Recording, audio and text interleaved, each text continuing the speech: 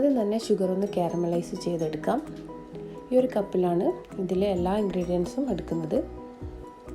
അപ്പോൾ നിങ്ങൾക്ക് മധുരം കുറച്ചും കൂടെ കൂടുതൽ വേണമെങ്കിൽ 1.5 കപ്പ് ചേർക്കാം. ഞാൻ ഇവിടെ 1 കപ്പാണ് യൂസ് ചെയ്യുന്നത്.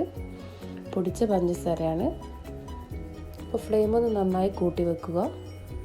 അതിനുശേഷം ഇതുപോലൊന്ന് ചുറ്റിച്ചെടുത്താൽ മതി. ഇപ്പോൾ ചെറുതായി മെൽറ്റായി വരുന്നുണ്ട്.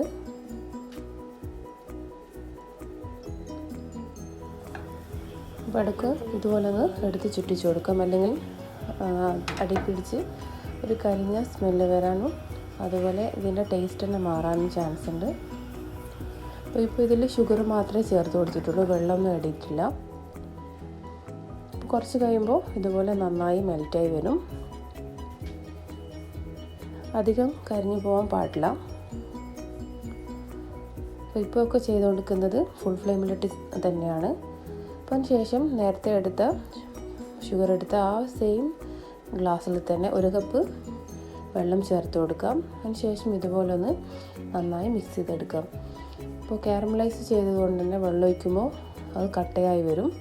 അപ്പോൾ ഇതുപോലെ കുറച്ച് വെള്ളം ഒഴിച്ച് നന്നായി ഇതുപോലെ മെൽറ്റാക്കി എടുത്താൽ മതി.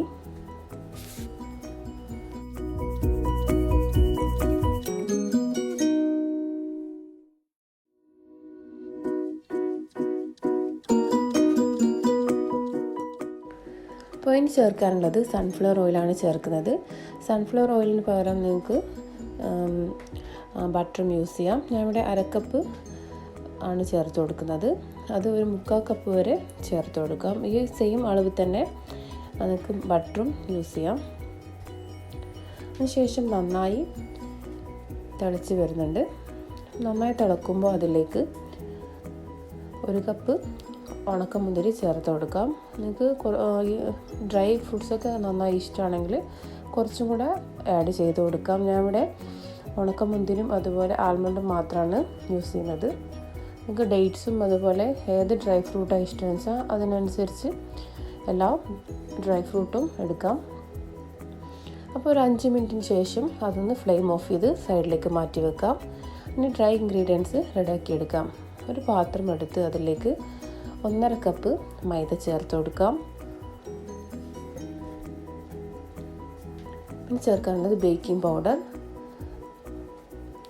1 ടീസ്പൂൺ, അതുകൂടാതെ 1/4 ടീസ്പൂണും കൂടെ എടുത്തിട്ടുണ്ട്. അതിലേക്ക് കുറച്ച് ഉപ്പ് ചേർത്ത് കൊടുക്കാം. പിന്നെ ചേർക്കുന്നത് 1/2 ടീസ്പൂൺ പട്ട പൊടിച്ചത്, 1/2 ടീസ്പൂൺ ഗ്രാമ്പൂ പൊടിച്ചത്, 1/2 ടീസ്പൂൺ ജാതിക്ക പൊടിച്ചത്. അപ്പോൾ അതെല്ലാം കൂടെ നന്നായി മിക്സ് ചെയ്തെടുക്കാം.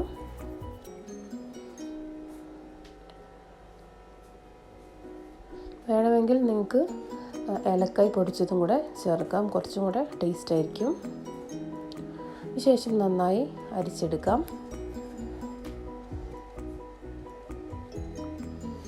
ഇപ്പോൾ നന്നായി അരിച്ചെടുത്തിട്ടുണ്ട്.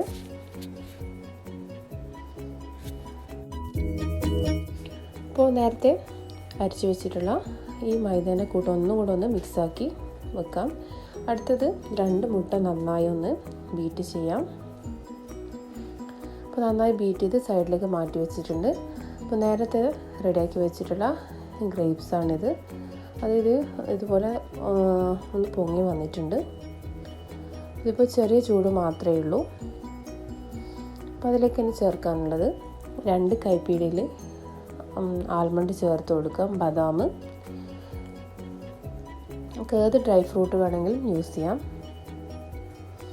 അപ്പോൾ ഞാനിവിടെ എടുക്കുന്നത് ആൽമണ്ടും അതുപോലെ ഉണക്കമുന്തിരി മാത്രമേ ചേർക്കുന്നുള്ളൂ. അതിനുശേഷം നന്നായി ഒന്നുകൂടെ ഒന്ന് മിക്സ് ചെയ്ത് കൊടുക്കാം. ഇനി അതിലേക്ക് ചേർക്കാനുള്ളത് നേരത്തെ അടിച്ചു വെച്ചിട്ടുള്ള മുട്ട ചേർത്ത് കൊടുക്കാം. അധികം ചൂടിൽ ചേർത്ത് കൊടുക്കാൻ പാടില്ല, മുട്ട നന്നായി പിരിഞ്ഞു പോവും. ഇപ്പോൾ ഞാൻ ചേർത്ത് കൊടുക്കുമ്പോൾ ചെറിയൊരു ചൂട് മാത്രമേ ഉള്ളൂ. നന്നായി ചൂട് പോയാലും കുഴപ്പമൊന്നുമില്ല, അങ്ങനെ ചേർത്ത് കൊടുത്താൽ മതി. അതിന് ശേഷം കുറച്ചായി ഒഴിച്ച് നന്നായി മിക്സാക്കി എടുക്കുക.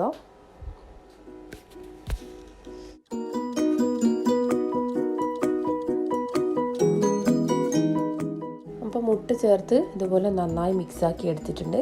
ഇനി അതിലേക്ക് നേരത്തെ എടുത്ത് വെച്ചിട്ടുള്ള മൈദ കുറച്ചായിട്ട് മിക്സാക്കി എടുക്കാം. കുറച്ചിട്ട് നന്നായി മിക്സാക്കിയതിന് ശേഷം മാത്രമേ അടുത്ത് ഇട്ട് കൊടുത്ത് മിക്സാക്കാൻ പാടുള്ളൂ.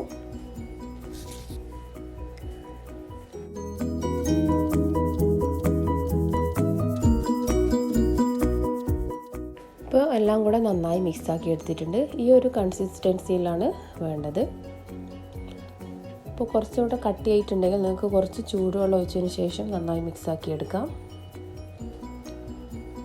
അടുത്തത് ഈ ഒരു സെയിം പാനിൽ തന്നെയാണ് ഞാൻ ഉണ്ടാക്കിയെടുക്കുന്നത്. അപ്പോൾ അതൊരു വേറൊരു പാത്രത്തിലേക്ക് മാറ്റിയിട്ടുണ്ടായിരുന്നു. അപ്പോൾ ഇതിലേക്ക് കുറച്ച് ഓയിൽ ഒഴിച്ചതിന് ശേഷം എല്ലാ സ്ഥലത്തും നന്നായി ഒന്ന് സ്പ്രെഡ് ചെയ്ത് കൊടുക്കുക.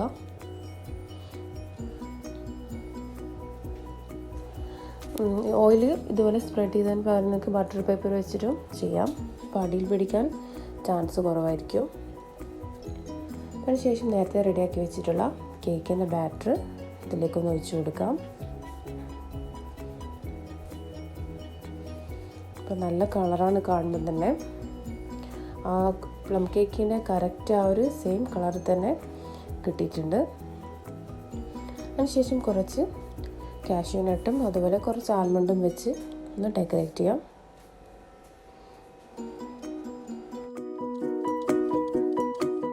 ഒരു ഫോയിൽ പേപ്പർ വെച്ച് നന്നായി കവർ ചെയ്ത് 30 to 35 മിനിറ്റ് വരെ ലോ ഫ്ലെയിമിലിട്ട് നന്നായി ബേക്ക് ചെയ്തെടുക്കാം. ഒരു 35 മിനിറ്റ് കഴിഞ്ഞപ്പോൾ ഒന്ന് ഓപ്പൺ ചെയ്ത് നോക്കാം. കേക്ക് നന്നായി പൊങ്ങി വന്നിട്ടുണ്ട്. അതുപോലെ ഒരു ടൂത്ത് പിക്ക് വെച്ച് ഇതുപോലെ ഒന്ന് കുത്തി നോക്കുമ്പോൾ മനസ്സിലാവും വെന്തിട്ടുണ്ടോ എന്നുള്ളത്. അപ്പോൾ എല്ലാ സൈഡിലും നന്നായി വെന്തിട്ടുണ്ട്. അപ്പോൾ നല്ല ടേസ്റ്റിയും അതുപോലെ ഉണ്ടാക്കാനും നല്ല ഈസിയാണ്.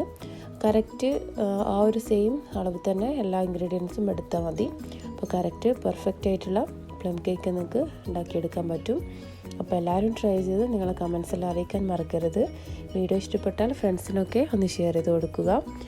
അപ്പോൾ ചാനൽ സബ്സ്ക്രൈബ് ചെയ്യാത്ത എന്തായാലും ചെയ്യുക.